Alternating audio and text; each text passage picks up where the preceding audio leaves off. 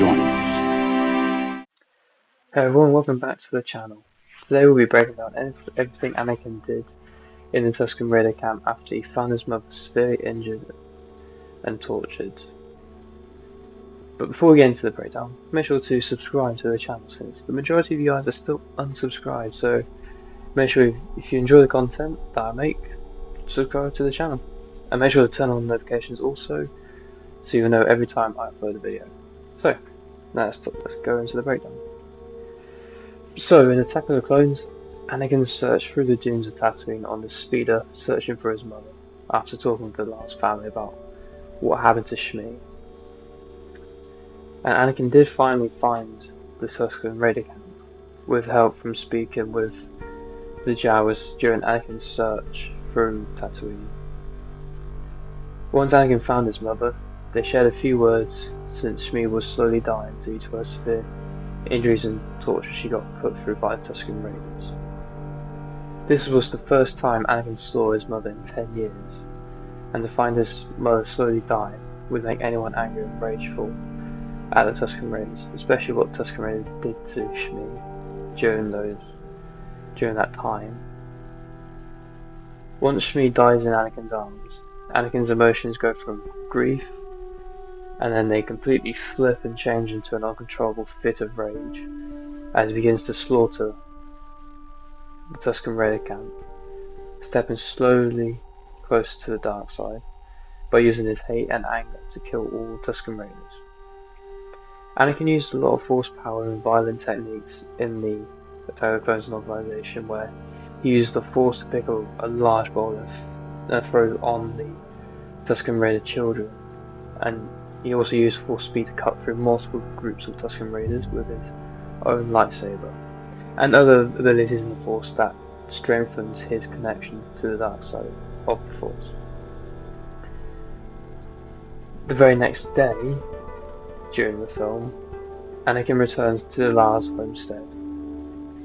and he carries his mother's body inside, as everyone else, including Padme,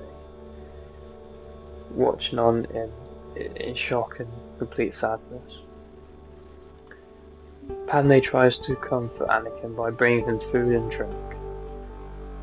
but he begins to slowly blame himself on how he couldn't save her, and he asks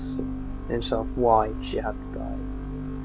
And by then Anakin begins to start blaming Obi-Wan and the Jedi for holding him back from becoming not only a Jedi Master, but not being able to reach his full potential in the Force. This also brought Padme closer to Anakin, because after she saw Anakin going through the grief and anger of not only losing his mother, but also slaughtering every single Tusken Raider in that camp, and expressing all that emotion and rage to her, she listened and began to empathize with Anakin, saying that being angry is to be human, and she began to also comfort him as he begins to break down in front of her. This very event in Anakin's life becomes a lot more important for him, on how he promises to his mother's grave that he won't fail again by losing someone else, that someone in the end being Padme in Revenge of the Sith. During that moment where Anakin vows to his mother that he won't let something like this happen again, he blamed himself that he wasn't strong enough to save Shmi, because all the Jedi Masters in the temple kept referring to Anakin as the Chosen One,